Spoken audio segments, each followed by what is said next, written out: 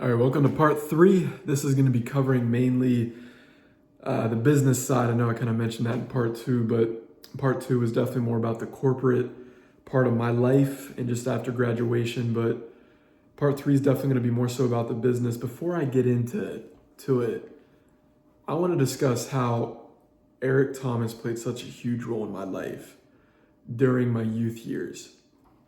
The reason he played such a huge part in my life was because I looked up to him because he was somebody that came from nothing, from what I knew at the time, because I didn't really research anybody else. And it was such a crucial time where his voice entered my life. His videos entered my life. His books entered my life. I mean, I had posters and everything of him, just with those words and his t-shirts that I had. And it was just so important to me because I realized that I could do that too. And he spoke about things that were relatable to me.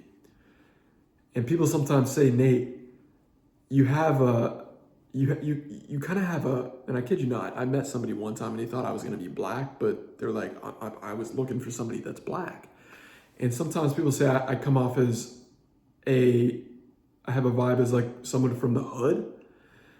I don't know, maybe it's because of the voice, but I've gotten that a lot of times. But with the whole BU community, Breathe University, and hanging out with ET as much as what I did, 90% of his demographic is African American.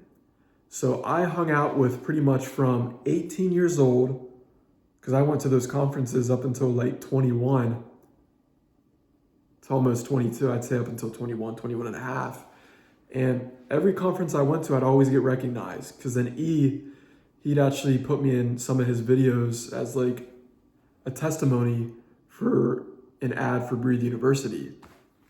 So I felt so recognized, and it made me realize just what I'm actually able to do. But that's why I always wanted to be a motivational speaker, because the person that I idolized was that. And even though I had such low confidence, I wanted to do it. I didn't think about, wow, starting a company is what I can do to actually make money and all this. I never had that. I didn't know how to do that. That thought never crossed my mind because I never had a mentor or somebody in my life that could show me the way. I just didn't know how to do it.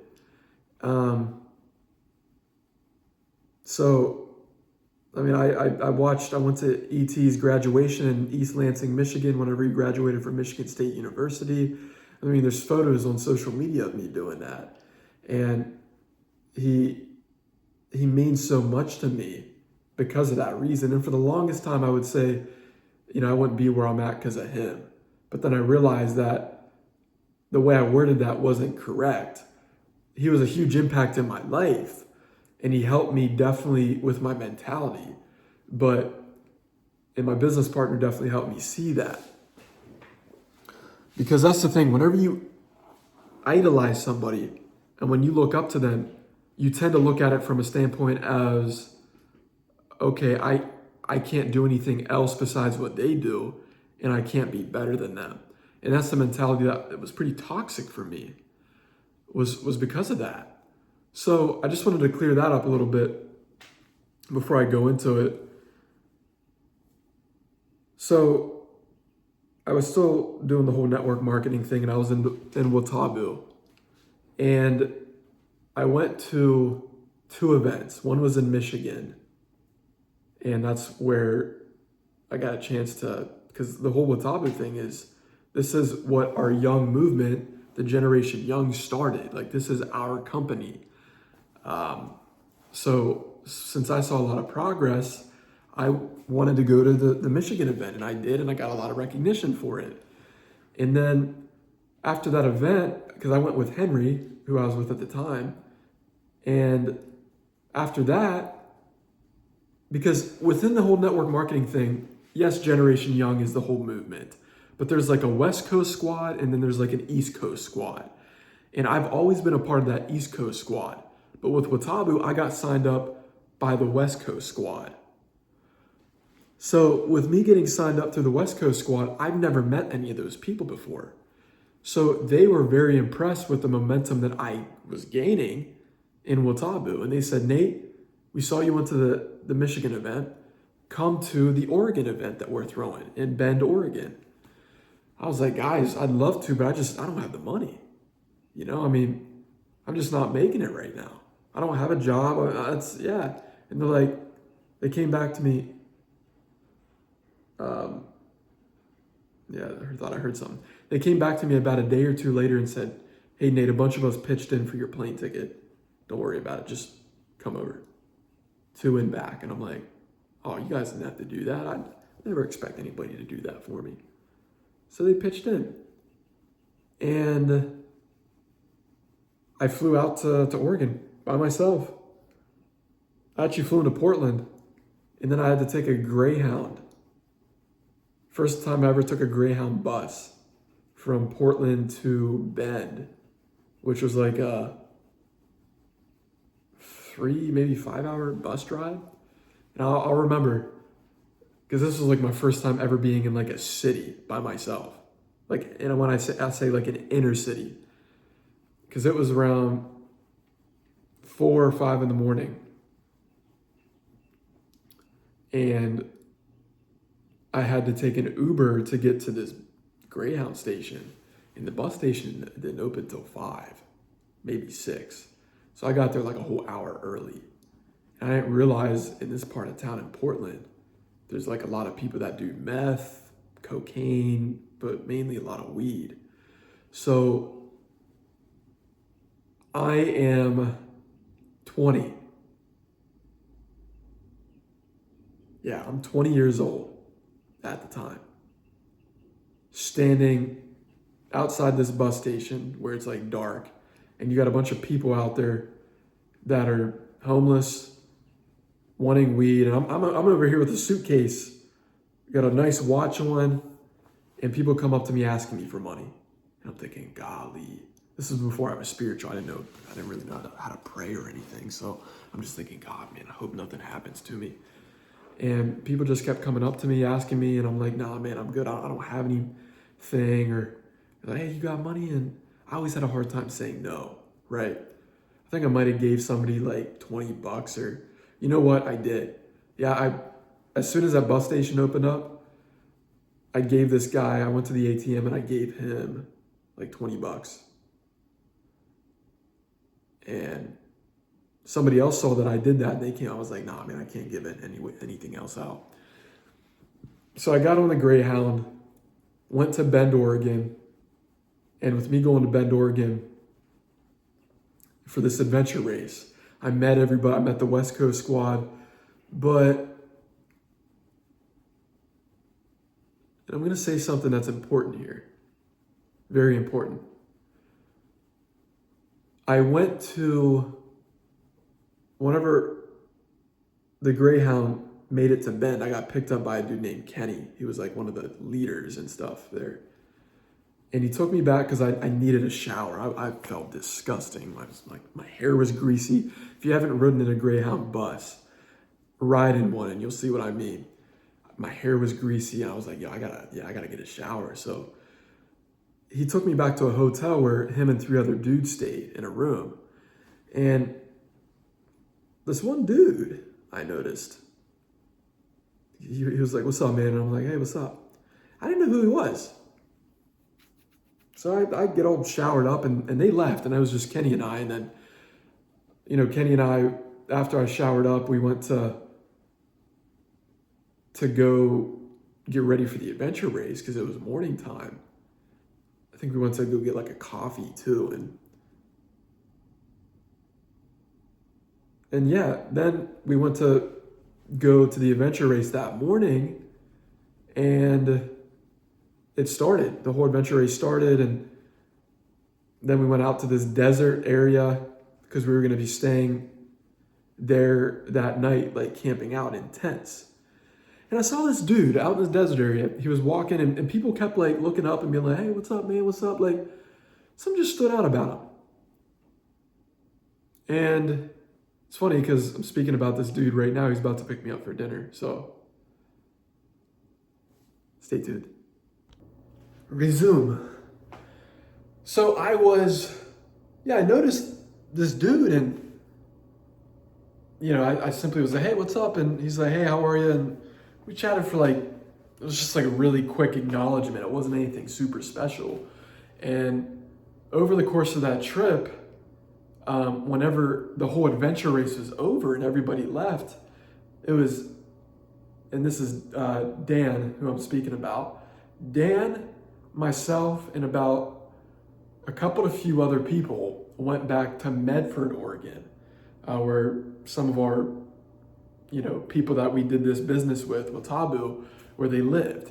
And we stayed there for like a couple or so days. And then that allowed Dan and I to converse a little bit and just not necessarily go that deep. We didn't go deep at all. It was basically just very surface level. But I saw how he was working. He was really busting his tail off, and he saw how I was working. And yeah, that was that. He flew back to where he was from. I flew back to where I was from. And whenever I went back to Pennsylvania, I was just going harder and harder and grinding away at it. And then I actually flew back. I bought my own ticket because we had a commission check that came in. I flew back to Oregon another time.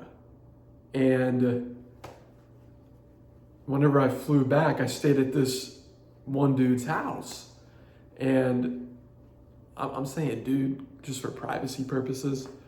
I stayed at this one dude's house, and all of a sudden one night, whenever we were, we would do Zoom calls and everything with people. One night, the guy's house I was staying at, he started talking some bad stuff about Dan. And for me personally, I'm an observer and I love to listen. Sometimes I can be a little bit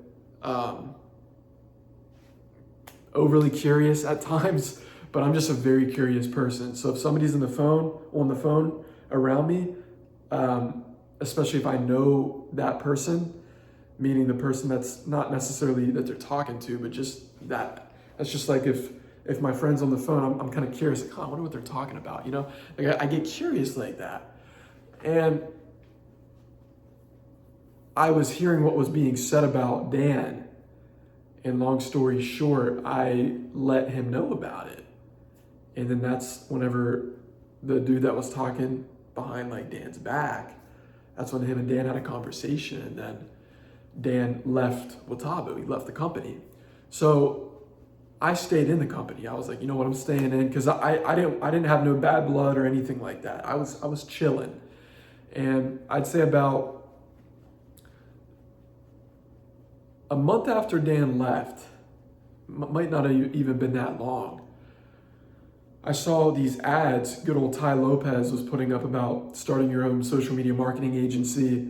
I've been to some of Ty's events, just one of them with Herman, and I got a chance to see what Ty was about. I've been following Ty for some time back then, and I said, shoot, man, this kind of seems interesting. I mean, I'm on social media a lot. I used to do some work for a social media growth company, and I got paid like a little bit commission. We would simply grow Instagram pages the way they used to do it. And I was making like maybe $100, $200 off that. It wasn't that much. So I had some experience, and I'm thinking, man, social media, absolutely. I can do this on my phone. And it's just like, why not? So I found out that Herman actually was already invested into the program. And then another good friend of mine was invested into the program. And I was like, yo, Herm, do you mind if I use your program, or I'll pay you small increments just to use since you already have it? And then my other boy gave it to me instead. Anyways, so I was going through the program and I loved what I heard, and I'm thinking, dude, I'm down. Like, I'm going to execute on this. So this is where, for those of you who know me, and I'm pretty sure if you look at my Instagram, especially, and just my social media, you're aware that Simba marketing is a main thing of mine, like the marketing side of things. And I started and I executed on the first company name. I started my first company myself, and that was called Social Boost Agency. And I created some logo off of Canva. It was funny. And I literally put together just like a sheet, got it laminated, went to Staples to laminate it. And I was like, you know who my first potential client is, or I'm going to present this to? I still had braces at the time. It was my orthodontist. So this time I think I'm still 20 years old. So I went back and, of course, you know how they always ask you, yeah, Nate, so what's going on? What's new? And I told them about it, and they said, yeah, let's meet. And we met at one of the fanciest restaurants in Chambersburg, which it's really not that expensive. Of course, back then I thought it was, but it's really not that bad. And I presented them the offer.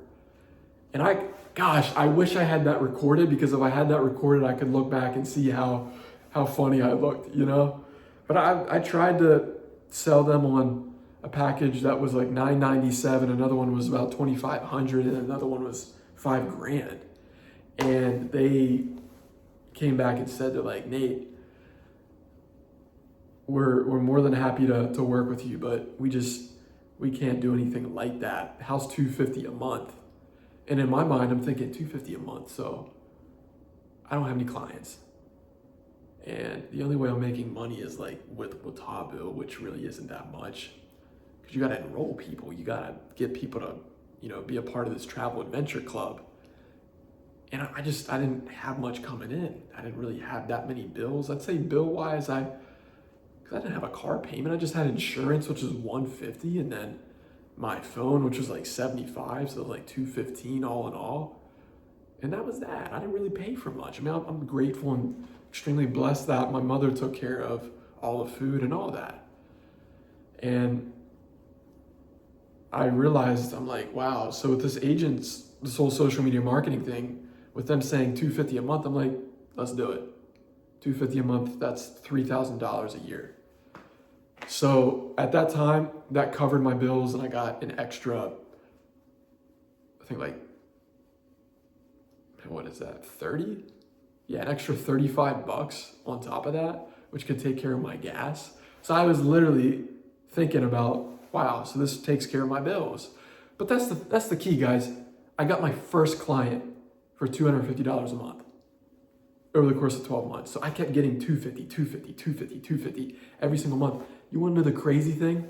I'd say about a few months into it, because I literally, like, I bought a camera off of Amazon to go in there and record an interview with both the docs, both my orthodontists. And it was so awkward. Like, I still have those interviews saved.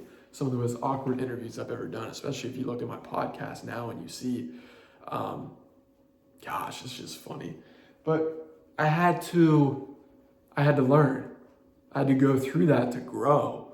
So I did all that, and then a few months later, they came back and said, they're like, Nate, this is just too much for us. I mean, we love what you're doing, but just all this extra stuff, it's too much.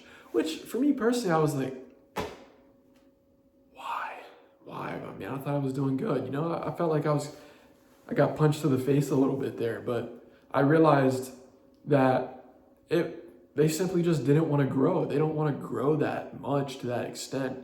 Again, Chambersburg, Pennsylvania is a pretty small town, So I understood that, but they were still in honor of their deal. They said, we'll still pay you because we love what you're doing. We support you. So again, shout out to Bera Orthodontics. Seriously, shout out to Bera Orthodontics. Dr. Thomas Bera and Dr. James Bera. You gave me these teeth. You fixed my teeth. And I'm just so grateful for you guys and allowing myself to just have you be my first client to test on. That was so crucial. So, yeah, a lot of people don't realize that. For those of you who know me and Dan both, a lot of you guys think that it started strictly just both of us at the same exact time. That wasn't the case. Here's the key. I stayed in touch with Dan during these times. Like, I would call him, shoot him a text like, And I remember clear as day whenever him and I had a chat. He was in Denver, Colorado airport. I was back home in Pennsylvania, and I was asking him questions because I was getting ready to leave Watabu. And I just wanted to clear things up, and I kind of let him know. I let him in on the known with what I was doing with the marketing and social media stuff.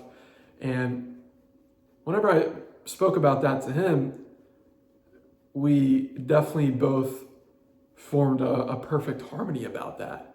Because he was working at the time, he had some different tech startups, just different ideas that he was looking to bring to fruition. And then the whole marketing thing, that's something that he was actually getting into as well. He didn't start it or anything like that, like his own marketing company, but he realized that I had my own. So, long story short, I left Watabu. I got out of it. Again, it was an emotional thing for me. If I do something, it's a passion. That's it, passion. So I had a chat with my one good buddy, and I think he was actually my upline, and I got emotional. I was like, dude, I basically ignored it. I ignored just any communication with them moving forward and just left. And that was whenever I decided I'm not going to do network marketing again, at least full time. I mean, I've gotten pitched in things before, but that's when I realized it's not in my DNA to do that. It was a great chapter of my life to experience network marketing because I got a chance to just get a feel for that industry and what it's like to live on your own terms, but most importantly, have other people that really are about a particular mission, especially young people. I mean, ladies and gentlemen, you got to understand, there were people that were 18, not even 18 years old, 19, that I saw had the biggest dreams and were waking up every single day, posting affirmations, manifesting. And I was so grateful to be a part of something like that. Because, of course, being involved with Eric Thomas, Breathe University, I surrounded myself around people that were successful within their space. Not all of them were, but people that were 30, 40 and above, 50s, 60s. And that's another thing. Once I graduated high school, I cut all my friends out except two. My good friend Harris Amisovich and my other great friend Devin Thompson. I knew Devin since second grade. Harris, I met him in junior high school, like 8th, 9th grade. He played professional soccer. He still does. And we've just been homies, you know? And those are the only two friends I really kept and stayed close with. And there was a reason for that, you know? So I cut everybody off because I realized that those people back then, they didn't bring me no value. Playing video games? What for? I'm not going to be an e-gamer. I didn't want to be. I wanted to do something with my life that I actually enjoyed.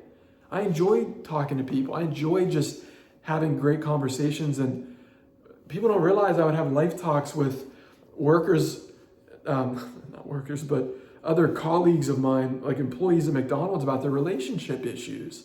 I would literally talk to people about that because I cared. I cared. So, anyways, see, these different things come up in my mind because this is part of my life. So I wanted to share this with you guys so you guys could have a better perspective. But anyways, I left the whole Watabu thing, and Dan and I, we stayed in touch. He was really curious about just the whole social media marketing agency, with Social Boost agency, with what I had. And then he's like, yo, you should fly down to Alabama. And I was like, sure, I've never been to Alabama, why not? So keep in mind, I'm 20, Dan's 19. So at this time. So I fly down to Alabama, I'm thinking probably for a few days. Turns into a solid 1 month of flying down to Alabama, a month. And within that month, he'll say, yeah, my intention starting out whenever you flew here wasn't to just be a business partner or to even have a company of ours for the long term. I just wanted to see what you had going on and maybe help guide you a little bit. But when he when he saw and understood who I was a little bit more, he definitely saw that we clicked and there was synergy there. And then that's whenever the discussion began to be had, like, yeah, let's maybe change the name. And I was like, okay, yeah, I'm down. And we took about a day. We were at this place called Union Jack. We changed it from Social Boost Agency to Simba Marketing. Because he was trying to think like, okay, so Social Boost Agency, SBA. And then Social Media Boost, SMBA. And then he thought, okay, well, if it's why not put Simba, but instead of like the Lion King Simba, SIMBA, let's put Simba SYMBA. And I'm like, dude, that's brilliant, you know? And so we first came up with the name, and then I put some logo together on Canva. I used it for like a week or two, and then he came up with a logo. And it's still the same logo we use today. That's the logo he came up with. And it's crazy the amount of compliments we've gotten on that. And it was simply made in a town called Gadsden, Alabama. Very small town, Gadsden, Alabama. We're both from small towns. He's from Gadsden, I'm from Chambersburg. And we made it in a coffee shop called Union Jack. Crazy. So yeah, I was there for about a month, and we decided, hey, let's go. Let's see where we can take things. I mean, guys, we did walk-ins. I don't think it was that during that trip, but I flew back then, and we did walk-ins in Alabama to like a majority of their businesses there. We got told no every single time, and a lot of times was because, for one, we just really weren't that confident within ourselves. We almost closed the deal with this one place. It's like a trampoline factory, like, you know, those jump houses people jump on. Not the jump houses, but like the indoor trampolines. But yeah, we literally went door knocking to a bunch of businesses there, and we got told no pretty much every single time. We had a couple people that were interested, but yeah, it just didn't result to anything. And we also realized that people that were there, and even from where I'm from, they're small thinkers. So we kept that in mind, and then we went to, he's got family, uncles, and cousin in Stafford, Virginia. It's about 30-40 away from DC. And we stayed with them. I mean, I'm about an hour and a half away from DC. So for me personally, from where Chambersburg was, that's not that far, you know, an hour and a half, maybe 2 hours max with traffic. So we met in DC, stayed in Stafford, Virginia, and we would literally just went to DC and we just door knocked. We went in, and again, my confidence to talk to other people at the time just wasn't there. So I always was like, hey, you know, I'll let you do it, you know? So I always followed him. I mean, I wore khakis. I wore like a collared shirt. He wore dress pants and a collared shirt. We literally looked like two straight up door-to-door salesmen going in. And looking back now, it's so funny because with who we are and our vibe and everything now, it just doesn't even add up, you know? But yeah, so we did that in DC, almost had a couple bites, but still nobody bid on that, you know? We even went to Miami when it was over 100 degrees and it was humid. Just, again, we really didn't have that much money, guys. So Ubers and stuff, we're like, yeah, let's save. Let's just walk down to, so I kid you not, my khakis are soaked because I'm sweating so much. And walking in Miami humidity during July, yo, you got something else coming. I'll tell you that. I mean, you try it for yourself. Go to Miami in July and try walking around in khaki pants that are unbreathable, okay? To be specific, they were American Eagle made. Oh my goodness. But we went down there and didn't see success. So what do? We came back to Alabama and we're like, you know what? Dan came up with the idea of, because we were thinking of things, back to the drawing board. I realized personally that with that company, that social media company I helped grow Instagram pages before, I was like, dude, man, I don't know who said it, him or I, but we both realized Let's offer that as a service. Like, let's manually go in and do, and we did that. We got some clients. We had clients that were paying us like $50 a month, 25 a month, 100 a month. It wasn't anything that major, but it got us through. It paid the bills, you know? He's still living at home in Bama. I'm still living at home in Pennsylvania. So we got through on that. Again, extremely grateful for the families that we come from. So grateful for that. So then we started to get some clients from that. And then something that Dan is great at is creativity, painting a vision, and finding something that we can take advantage of that can really make us some money, especially in that moment of time. So we literally had a software that we were using that did this all on autopilot. Did the whole follow, unfollow, did the likes, did the whole commenting, viewing stories, and we could target specific hashtags, regions, other accounts. And we were growing these accounts like crazy. So then that's whenever he said, he's like, Nate, you should, man, with your brand, because my username at the time for Instagram was at Nate the Great Peterman. He's like, for your brand, we should reach out to people. So we did. And I did the most because I realized early on in our business that I was taking on the face. I've always been the brand voice of our business, you know? And he's always kind of been more so the internal and really for in-person meeting stuff too. So I literally started DMing, probably hundreds in a day until Instagram got picky and started blocking you know? But I've probably DM'd up until this point over thousands of thousands. I'm talking probably over tens of thousands of people. And did every single one of them convert? No. Did we only need a few to convert? Yeah. Because out of those ones that converted, we got them success stories. And we got them results. So then they referred us business. And that's how we were able to build what we built early on, was with the whole IG growth. And then we flew into different cities. But before I get into that, here's something that's really cool that not a lot really understand or know about us. We had an opportunity, again, one of my great friends, Harris Mimicevic, after high school, he went to go play professional soccer overseas in Germany. And in 2017,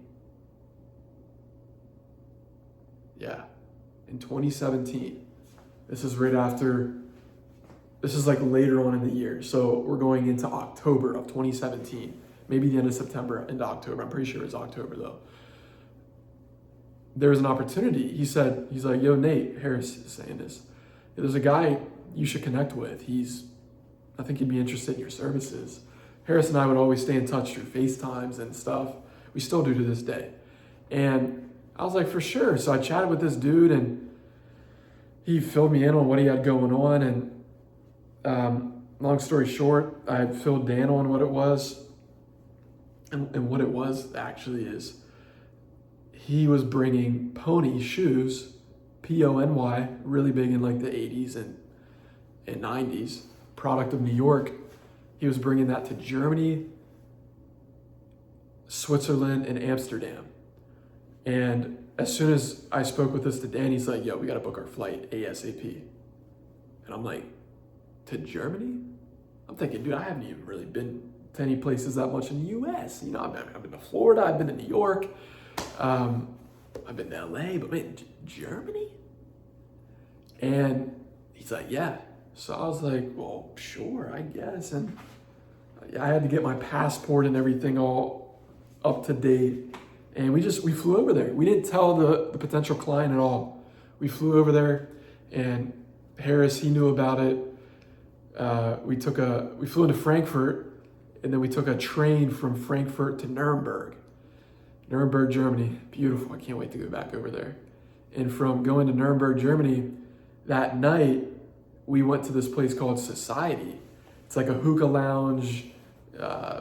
They serve drinks, food, and all that stuff too. Really chill place. And right whenever we were walking up, there's a Ferrari parked here, a Lamborghini parked here, and the entrance was right here. And then all of a sudden, we see the dude that's in the front that we spoke with about the whole deal, the pony thing. And man, if you would have saw his face expression, you would have laughed. He was so shocked and surprised the fact that we showed up there from the States all the way to Germany. And we did that just to let them know that we're serious about this. Because the competitors that we went up against are the marketers for Adidas, for Puma. I mean, it's insane. So we were in Germany basically for that exact reason. We stayed there for about, I'd say, a week and a half. And it might have been 2 weeks. I don't know. I think it might, yeah. And we did a presentation. Again, my confidence was, I was so nervous to do a presentation, especially if you don't speak somebody's language. And in my mind, I'm thinking, man, I wonder if they understand what I'm saying. Or because they had a translator in there that had to translate things. So I'm thinking in my mind, just these different things. And again, I'm kind of a realist in that way. So pretty much Dan did a lot of the speaking. And then whenever I got up, they had a bunch of these shoes on the table. And there was about 3 other, maybe 4. Yeah, that's right. There was 4 people in the room. And then, of course, 6, including Dan and I. And the one simply couldn't speak English. The other 2 could. And the other one was a translator. So the shoes are literally laid out on this table. And whenever I get up to speak, I'm chewing gum in my mouth. You don't do that during a presentation. And I thought it was cool. I mean, so I'm chewing gum to kind of ease the nerves a little bit. And then whenever I start trying to paint the vision a little bit, I pick up a shoe, and it just so happens to be the ugliest shoe. I don't know this at the time until after the meeting, whenever he comes up and he's like, brother, I just want to let you know that you're probably one of the most funniest speakers I've ever seen with the way that you were chewing your gum. He thought it was so funny, and then he said about the shoe that I held up was just absolutely the worst one I could have picked.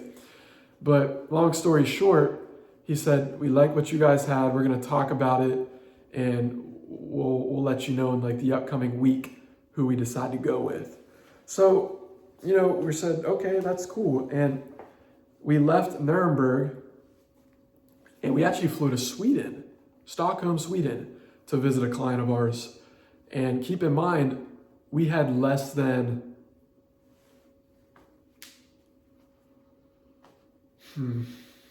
we had less than $1,000 to our name. Literally, probably less than $750 whenever we flew to Stockholm. We flew to Stockholm simply to close a Instagram deal with a client of ours on a bigger scale. And it turns out, because we stayed in Stockholm for a night, and it was so cold. This is in October, and it was cold and rainy, my gosh. And whenever we stayed in Stockholm that night, it was just enough for a hotel for one night. We didn't have any more money to book a hotel. So with what we did to get to Stockholm was it. Like, we couldn't book anything else. We barely had enough money to buy food. So, yeah, man, that's crazy thinking about it. So at that time, the client we were going to meet with, she said that she wouldn't even be able to meet. So I'm thinking, oh my goodness, you gotta be kidding me. What are we gonna do? So I literally figured out any kind of way to meet with her. I said, hey, listen, even if it's for 10 minutes or 5 minutes, I just wanna meet you. I'm thinking, I at least wanna see you. I came here to Sweden. I don't care if it's for 10 seconds. So we were trying to stay warm in this one station area. And I think it was like a train station in Stockholm, just to stay warm because we didn't have anywhere to go. And then all of a sudden she texted me and said she was outside in her car. And she was. So we went out there, and then she was like, hey, get in. I got a little bit of time, maybe like 15, 30 minutes. So that turned into an hour. So we stayed there for an hour just chatting with her a little bit. And in her vehicle. And then she was like, where are you guys staying? We didn't want to say, oh, yeah, we don't have a place to stay. Which, looking back at that, it definitely would have been best to say that, but we didn't want to say that because of a I guess you can say our egos definitely got in the way, but we didn't want to look like that we're broke and her being a client of ours, you know? So we're like, oh, we're staying at this hotel, and it's the hotel we stayed at the night before. And whenever we were getting ready to go back inside the hotel and open the door, it was locked. And we didn't realize that the hotel was over in Sweden. Like, people, if you haven't traveled to Sweden, so I don't know if all hotels are like this, I think they are, but they actually closed like everything, the lobby and all. Like, they don't have any receptionists after a certain hour, and you can't walk in unless you have a key. So in order to get into that door, you had to have the code memorized. Thank goodness for Dan's memory, because he remembered the code, entered it in, and we had a place to stay, a warm place to stay at. And we literally just stayed in this lobby where, again, nobody's there. It's probably around 11 p.m. And yeah, nobody was there. So there was 2 seats in this lobby. It was kind of dark in there. And we're thinking, dude, what are we gonna do? I mean, we came here to Sweden to get this client to come through, and now it's just not working out.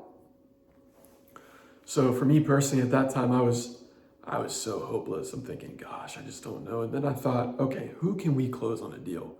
Who can we close on just something? And I'll tell you, in some of your hardest moments in life, God will work his ways like no other. I'm telling you.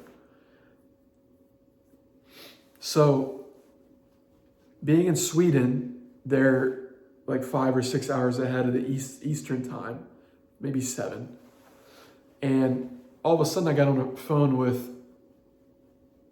a couple people, but this one gentleman in particular said that he wanted a particular service done. To be quite honest with you, I didn't know how we were going to do it. So I was like, yeah, we can do it. And I brought in, I think he paid like $750, but now we're in Sweden. We're in Stockholm, Sweden. This isn't the United States. This isn't another state. This isn't a $100 to $200 plane ticket. This is at least a $500, $600, $700 plane ticket. So $750 wasn't enough, but it was good to cover one plane ticket. And that night we covered one plane ticket. So we needed to bring something else in. And nobody else was willing to come through. So we slept in that lobby, and all of a sudden 5 a.m. came around, and I heard somebody start to open the door. And I'm like, oh my gosh, who's this? My heart's beating out of my chest. I'm thinking, oh my gosh, what's going to happen?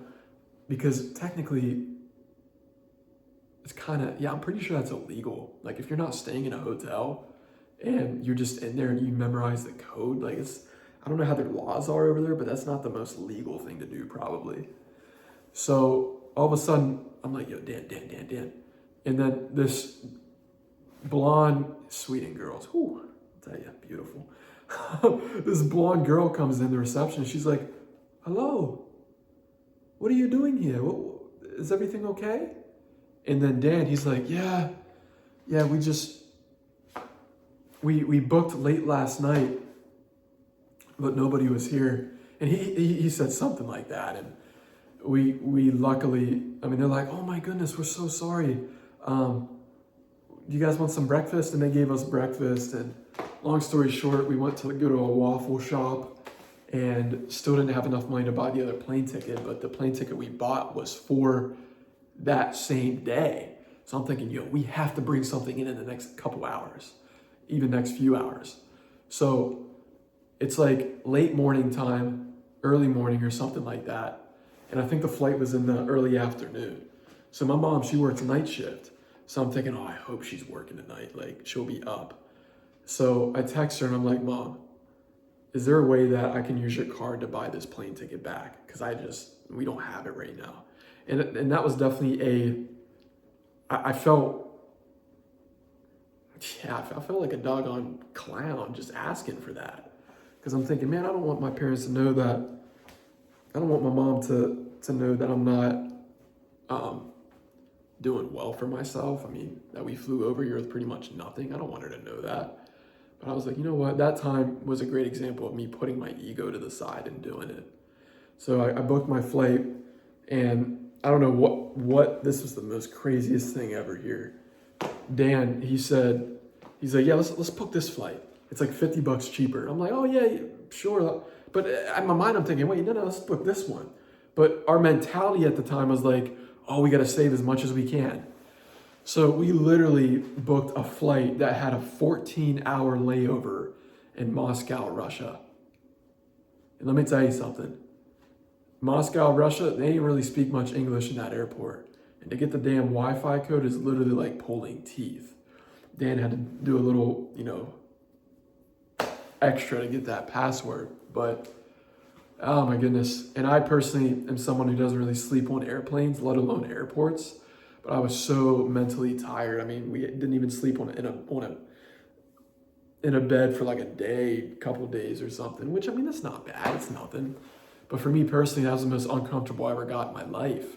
So that right there was definitely a growing moment.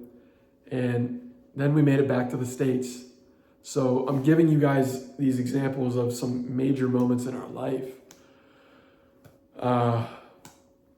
Really just starting out in our business. Because as you can see, we got tested a ton. People tend to just look at the end of somebody's journey or the highlights of their journey. They don't look at the smaller things. And that's why I'm going through this right now, so you can get an understanding. So yeah, we flew back, and yeah, I mean, I don't need to go into too many specifics with the little things we did, but we literally scaled out the whole Instagram growth majorly to getting tons of clients with that. And then I would send video messages on Instagram, just closing people on calls. And that led to just more referrals, us traveling to cities like Vancouver, cities like Houston, cities like Denver, Colorado, Los Angeles, Miami, and Atlanta, like us going to these different cities that allowed us to do that. And just that allowed Dan to move to LA. I didn't move to LA until I was 20. When did I move there? I was 22. I moved to LA when I was 22 years old. Because I was still living at home, at 22. And I'm glad I did, because I really got a chance to grow out of the whole home phase. I didn't want to leave. It was so tough. Let me tell you, it's so tough to leave home, especially because my mom, she isn't in any kind of marriage, or really, she got divorced again, with how her previous husband treated her. Absolutely ridiculous. But trying to think here. There's so much that goes through my mind. So yeah, leaving home was so tough. And whenever I went to LA, the thing that really convinced me to go to LA, especially besides traveling there, was I stayed in Hollywood at Dan's apartment with a couple other dudes he was living with. And it's like God gave me signs. And I met Usher in a place called Erewhon. It's like a Whole Foods. I saw Jessica Simpson.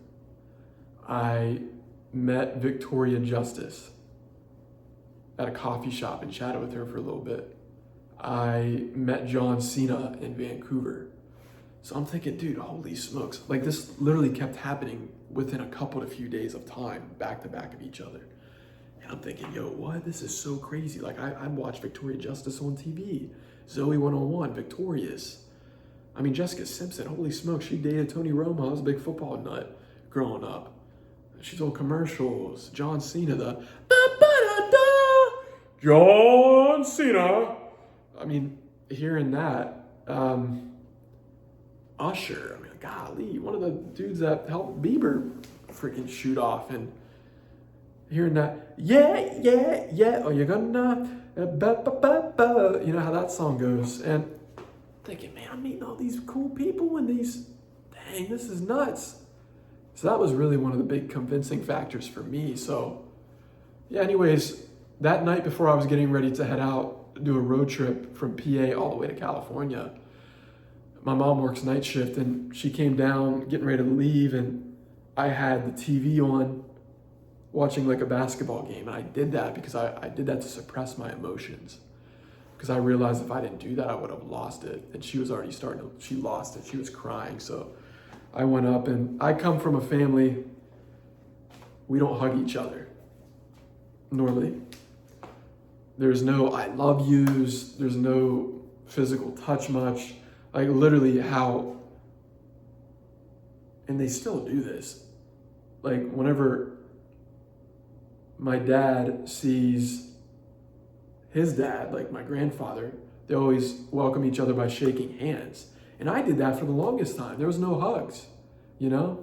Now obviously with my grandma, you know, she'd hug us and stuff, but it's just the physical touch it's never been there.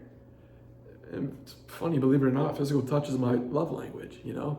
And I think that is because we tend to seek what we don't have and what we never had. And I never really had that much of physical touch. And yeah, so we just weren't really a family like that. So I'm trying to remember where I'm going with this. So yeah, every time my family would see each other, you know, there wasn't any I love yous or things like that. So yeah, that's right. With my mom at the house before she was getting ready to leave, I went up and I gave her a hug, and it was so tough. And I'm thinking, man, because what I'm doing here with moving to LA is me sacrificing time with my family to pursue my dreams. I've been pursuing my dreams the whole time, but this right here was real, like this was the real kicker. This was it. Like this was the kicker right here, is I am pursuing my dreams and I'm going all in. This was me taking a major risk. Probably one of the biggest risks in my life is moving to Los Angeles. All that I knew was my business partner lived out there, and it's one of the biggest cities in the entire world, and everybody lives there pretty much. So I literally drove across country from Pennsylvania through Ohio, through Illinois, Indiana, Missouri, Kansas, Colorado, Wyoming, Utah, Nevada, Arizona, and then to California. That's the route I went. And I moved out there, was living in downtown Hollywood at the Camden for a little bit. I learned a lot about, just because I never went to college. I wasn't in the military. I never lived with anybody and like having roommates. And I realized just by being out there how much I really crave my independence. And still to this day, like I live with my business partner right now. And once our house lease is up here, we're gonna go live in our separate locations just because we're both independent in that way. So, especially myself, I realize how much I value that specifically. So literally, I moved out there, and long story short, we're still traveling a little bit. I was out there for about a month. Then we flew to Vancouver, since that was like our biggest city with the most of our clients. And we were going to move to Vancouver. We already had our suitcases shipped up and everything. And then whenever I went up there, I realized that this isn't it. This isn't it. Like something didn't feel right. So I made the decision. I was like, damn, I gotta live in LA. So at the time, and we were doing a lot of this stuff, because this traveling and stuff got expensive. We weren't too cautious or aware of that at the time. And I had about 4 credit cards. So I had a credit card with a $10,000 limit, another one with a $5,500 limit, another one with $3,500, and another one with $2,000, and another one with $300. So I guess that's 5 actually. And then I had a PayPal credit for about $2,000. So I had about 7 sources of extra fuel to use, which we used that. And I basically maxed it all out. And then I got to a point, and this is whenever I said about, hey, I'm moving to LA, where I found this apartment, and I knew they weren't going to accept me because I had no experience and my credit wasn't in best standing, because they always want to go off of bank statements and try to make sense and prove that you're able to actually afford living there. Especially in LA, cities like that are extremely picky compared to smaller towns. So what we did is we flew into LA, and we actually met with the property tenant there that approves people. And the fact that we showed up in person, because Dan was like, yo, if we show up in person, they're probably not going to decline it. But if we're just like through texting, emails, and phones, they're probably going to decline it. So we showed up in person, and I don't want to tell you how we got away with it, but long story short, I was able to get into that apartment complex. And I stayed there for about a year. And I grew so much. That's where I really started thriving with my podcast. I did my podcast back in Waynesboro, Pennsylvania, doing video interviews with just regular friends and homies of mine. But then whenever I moved to LA, I realized that it was time to step my game up. And then I transitioned my podcast to doing only in-person interviews. And I did that personally, really just for me, so I could grow. So I could just grow out of my shell and get to a place where I could become more confident, because I just wasn't there yet. And I did that. I did a bunch of interviews in person, and with all the social media growth and the Instagram growth we were able to do, I was able to build my brand to a pretty big level. And I mean, to this day, I got about over 60,000 followers. And with me reaching out to people on Instagram, it wasn't that hard for a lot of these people to make a decision and say, oh yeah, let's do it. Like, let's do an interview. And then that led to me interviewing them. My intention was just to build a great conversation with them, to build a connection. I didn't go into this podcast saying, I'm only doing this for you to become a potential client. Heck no. I did this because I'm passionate about talking to people one-on-one. I told you back in McDonald's those days, I would talk to people, the employees, on a one-on-one basis about relationship issues. So I'm thinking, man, that makes me so happy. Why not do the same exact thing, but do it with my own podcast, with people that are killing it and successful? Then I started interviewing people that are in the music industry. I started interviewing someone like a Clinton Sparks, who I would listen to his music growing up. I interviewed T.J. Jackson, Michael Jackson's nephew, Thomas Connolly, who works on Post Malone, Conor McGregor, Shaquille O'Neal, Odell Beckham Jr., all the baby, their teeth, all that.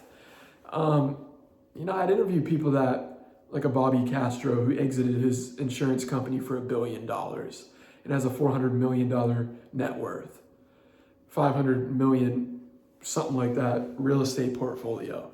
I would interview someone like a Michael Lane, who has the #1 conference for personal development in the entire world, called Success Resources of America. Just Success Resources, so I realized by being out there, I was putting myself in an area where I'm around people that are hungry, but I'm around people that are already doing great things. And if I'm able to surround myself around people that are already doing great things, chances are I'm going to become even greater myself. So I was attracting these people, and they wanted to find out what I was doing. And then with them wanting to find out, like every single interview I would do, they would always tell me, Nate, if there's anything you need, you let me know. Every single time. And that allowed me to just gain perspective. And then a month or two down the road, I'm like, man, I would find a gap in their brand, social media, or their business, and I would form a conversation. And it was because of that rapport. But again, my ultimate thing was not to simply get them as a client just to have them on my podcast. That was a byproduct of that. And some of these people are the greatest friendships that I have today, because I'm learning from them. But most importantly, I'm growing by putting myself in that zone. And living in LA grew me so much, not just from that perspective, but there's videos on my phone that I have where I literally had $1 or $2 to my name. I didn't have anything at all. And I would literally, in my apartment, I would fast for some days just because I had nothing. And again, maybe my ego got in the way of this, but I didn't want to ask, hey mom, can you send me money? Or I didn't want to do that because I felt as if it just wasn't the right thing to do. And I realized, I'm like, if we go through this struggle, I'm going to remember this and I'm going to look back and be grateful that I did. And I am. I'm glad that I did that. I'm grateful to literally just eat Little Caesars pizza for $5 and let that last me for 3 days, 2-3 days. I'm grateful to, in my podcast interview I did with Sid Wilder, I had nothing to eat that day. Nothing at all. And you'll notice in that interview, my energy was a little bit different. And I stammered a little bit too, because, if you don't eat, especially if you're because there's a difference from fasting and then fasting and having no money in the bank. Because when you're fasting and you have money, you realize you're controlling that, right? And you chose that. But when you're fasting and there's no money, I guess you could say you chose that the way, but I mean it from the perspective of I don't have anything. And believe it or not, ladies and gentlemen, a majority of the interviews that you see that I did, that's Sid Wilder, I had pretty much $0 in my bank. And with a majority of those, I had probably no more than $100 to $200 in my bank account. I didn't have it. You wouldn't know it though, because I got good at, I don't want to say hiding it, but I got good at suppressing it, LA grew me in so many ways, and I'm so grateful for it. So grateful for it, the people that I met. COVID came, and then whenever COVID came, I realized I gotta get the heck out of here because everything shut down. So flew back home to stay with my mom for about a couple to 3 months. And then after that, went back to my apartment in LA. Dan and I both said we gotta get the heck, he was still in San Francisco, and we both went to Houston because one of our clients was there, and we were like, yo, what if we moved to Houston? And that's where we're at today. We're in Houston. And we made the decision to move to Houston here back in July of 2020. And I'm recording this in April. It's going on May here. And just by moving to Houston and having our own house together, I've learned so much personally from a responsibility perspective of having a house. And it's not just a small, this is a pretty big house. It's like 3,000 to 4,000 square feet,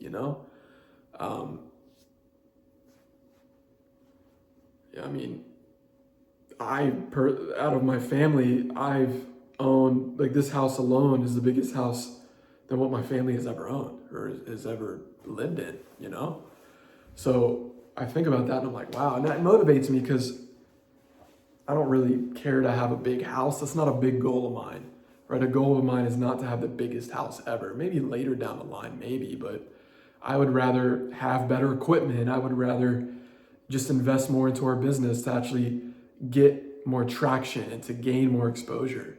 I'd rather invest into these different things. I'd rather invest into my family, right? Different things like that. And being in this house has just showed me personally so much more perspective on who I am. But most importantly, the amount of ego that I had thinking yo, we're freaking balling in LA. We're great when we really weren't. So living in Houston has definitely humbled us to a degree where being here, we're doing pretty well. Our neighbors are 40, 50 and above. I'm 24 years old. Dan's 23, my business partner. So it's definitely humbled us and put our egos to the side, and it's gotten, us closer on a one-on-one basis. I'm grateful for it. Matter of fact, we just made the decision about a couple months ago that I'm actually going to be locating back to Los Angeles, July going into August, and then he's either going to go to LA, but most likely San Francisco. So, I've had a couple relationships being here. I've learned from them. I've learned that it's not always best to stay in something if it's just for lust, if it's just for sex, and just to be together and just to fill a void. It's crazy, man. You learn so much about yourself whenever you get out on your own. That's why any entrepreneur or business owner, I always encourage them. I'm like, listen, do business on your own. And if you have a partner, I'm extremely fortunate enough that I've had somebody by my side ever since the beginning. It's so rare for people to say that, because a lot of times people don't see eye to eye with the same person, or if they do have somebody, it lasts for maybe a X amount of months or a year or two, and then they just fall. Have there been times where Dan and I almost said, screw it, we're done? Absolutely. There's been a couple to 3 of those times. And the reason because of that was because there was external forces that had either him or myself that were playing a factor that swerved us away from perfect harmony. So that's where we're at. We have Simba Marketing, where we help people with press releases, social media growth, you name it.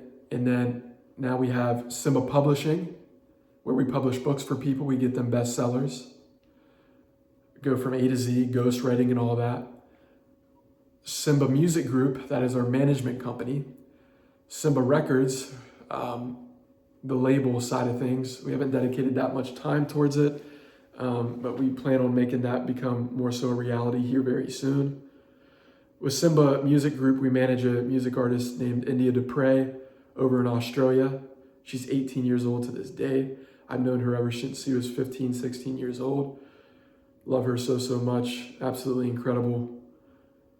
And then we have BioLite, which is, it's funny, BioLite was a client of ours when they had nothing. They weren't producing any sales at all. And they were a client of ours for about almost 2 years. And we've scaled them to producing literally about $250,000 a quarter now. But now we are invested into that company, so we have some ownership in that company now. It's a red light therapy company. Basically, red light therapy is great for so many things. It's within the biohacker space to reach your peak performance. So it's great for athletic performance, joint health, oral health. If you want to heal wounds faster, if you want to grow your hair quicker, if you want to have healthier skin, so many benefits to red light therapy. And then we just recently acquired a blue light blocking glasses company called Tints. We haven't done really anything with that yet, still getting some things squared away with that. But yeah, that's what we're working on. We have some other things behind the scenes that we're bringing to reality, but I wanted to kind of give you guys a glimpse into my life personally, because I feel that at this moment in time, and who knows, maybe a year or 2 years, however many years from now, I do make a professional video showcasing my life. But I wanted to do this really just for the memories, really for this moment, so I can look back, but most importantly, my kids can look back, my grandbabies can look back, my great-grandbabies, my great-great-grandbabies can look back and look at the generational wealth that I've been able to form for my family. I love my family so much. Anybody I do business with, I love them. My business partners, my people that I manage, India, all of these people, I love them so dearly. And everything I do is out of passion. Have I absolutely covered every single thing in my life? Absolutely not. I'd say I probably covered about 20% of it. But this is just an insight of me, Nathan Scott Peterman, also known as Nate the Great or Nate the Great Peterman. to just show you guys that I am here to simply make an impact. And you might be thinking, Nate, what's the goal? To be quite honest with you, I don't always have a goal because I get overwhelmed with so many. You know, one of my goals is to have one of the best podcasts in the entire world. Another goal of mine is to, now that we're involved with red light therapy and our company is BioLight, is to have the #1 red light therapy company in the world. Not just from a social media level, but from a actual revenue level. Another one of my goals, you know, every single thing I'm involved in is to have it the best in the world, ever. Those are my goals. My goal is to retire my family. My goal is to simply, you know, yeah, you could say have a nice car, have a house. I mean, I don't really care too much about that. My goal is to simply invest into others and to show them and to encourage a young Nate that if you're from a small town, you can go ahead and do what you set your heart out to do. You just got to stay consistent. You got to stay persistent. You got to take major risks. You got to let your ego down, fall in love with the process, find people that can lift you up,